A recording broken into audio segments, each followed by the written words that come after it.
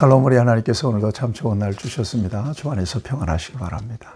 오늘 하나님께서 우리에게 주신 말씀은 잠언 23장 1절에서 16절까지는 말씀입니다.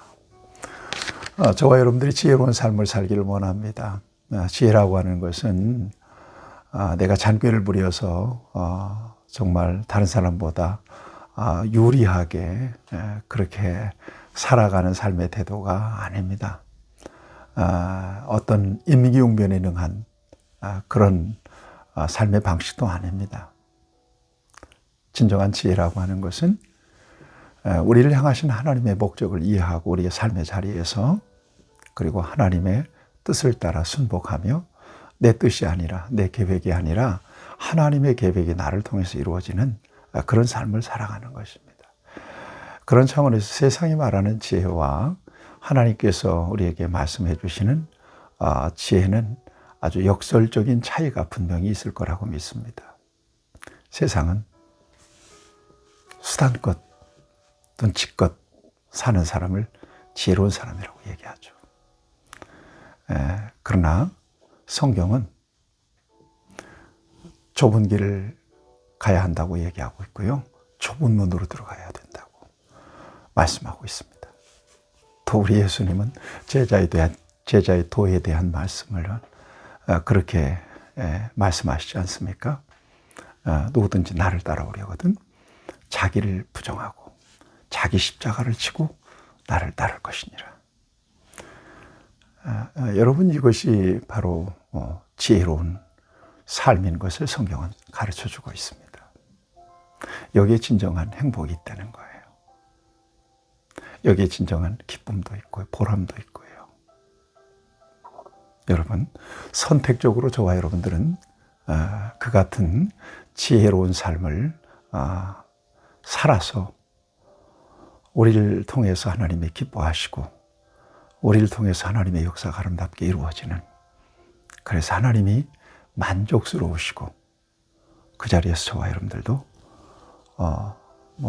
환경이나 물리적인 어떤 가치나 이런 것과는 비교할 수 없는 영적인 평안과 행복이 넘치는 그런 삶을 살아갈 수 있기를 소망합니다.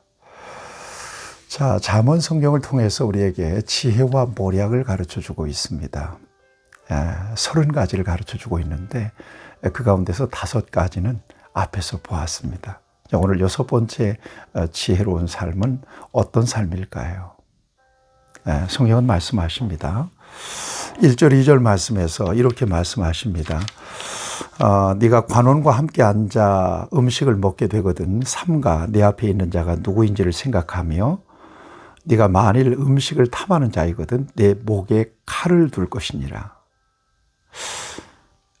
3절에 보면 그의 맛있는 음식을 탐하지 말라. 그것은 속이는 음식이니라 그랬습니다.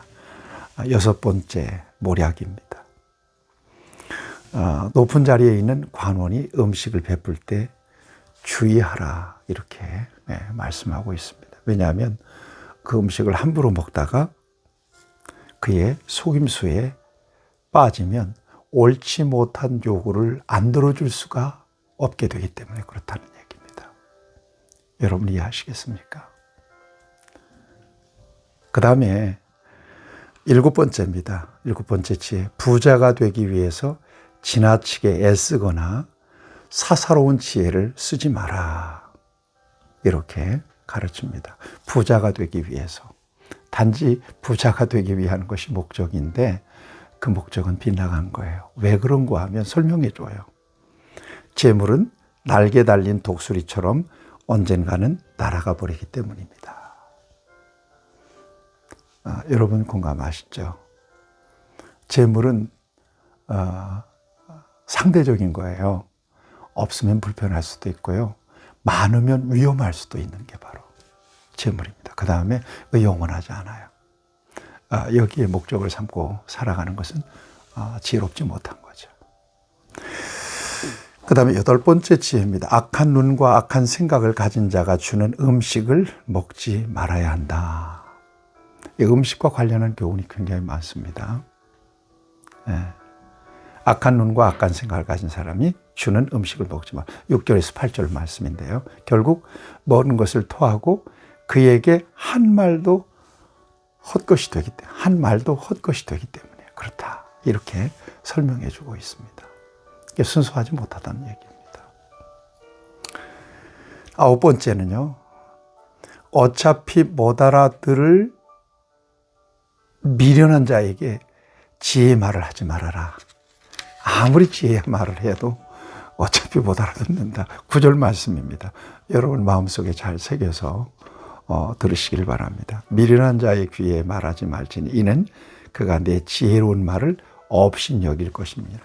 실제로 이런 사람들이 굉장히 많습니다. 여러분 전도에 보면은 아는 체 많이 아는 사람들 여러분들 만나잖아요. 당신이나 잘 아세요. 뭐 똑똑한 체 하는 사람들, 핏대까지 올리는 사람들이 있습니다. 예수님 말씀이 생각나죠. 진주를 돼지에게 던지지 말아라. 거룩한 것을 계획해 주지 말아라. 이 말씀이 연상이 되지 않습니까? 깨닫지 못하는 사람들에게 지혜로운 말은 아무리 해도 알아듣지 못한대요. 네, 여러분 살면서 잘 새겨서 적용하시면 참 좋겠습니다. 그 다음에 10번째 지혜와 모략인데요. 옛 지계석을 옮겨서 선조에게 물려받은 땅 또는 현재 거주민의 땅을 빼앗거나 고아들의 밭을 침범하지 말라는 거예요. 네. 그들의 힘 있는 구속자가 상황을 듣고 벌을 내릴 것이기 때문에 그렇다. 지계석이라고 하는 것은 경계석인데 말뚝이잖아요. 청량에서 말뚝 박아놨는데 힘 있다고 그 말뚝을 가난한 사람의 땅을 침범하기 위해서 옮겨내는 것은 부정한 짓이죠. 가난한 사람들 고아 무슨 힘이 있어요? 그렇지만 그들을 지키는 주권자가 있다는 겁니다. 구속자가 있다는 겁니다. 가만 안 둘 거라는 것입니다. 네, 지나친 욕심에 대한 경계죠. 그 다음에 11번째 말씀입니다. 훈계에 마음을 쏟고 지식의 말에 귀를 기울이라. 12절 말씀에 이렇게 말씀하고 있습니다. 훈계에 착심하며 지식의 말씀에 귀를 기울이라. 이 착심한다라고 하는 말은 어떤 일에 마음을 붙인다. 그런 의미가 있는데 그 훈계의 마음을 마음속에 깊이 간직하는 것을 의미합니다. 훈계의 말을 할 때 훈계에 귀를 기울이는 것이 지혜라는 거예요.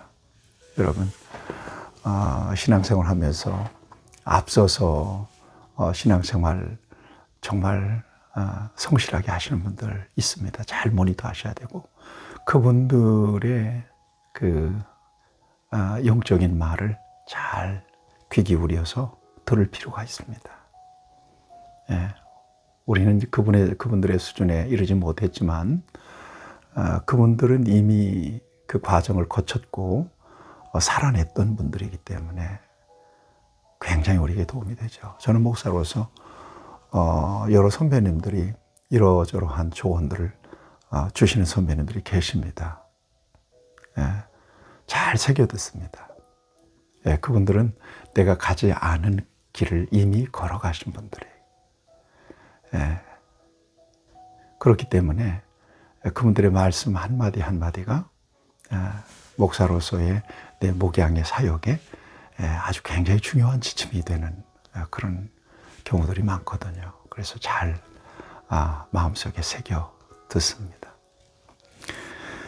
그 다음에 마지막으로 12번째 아이를 훈계하는 일에 주저하지 말라 그랬습니다.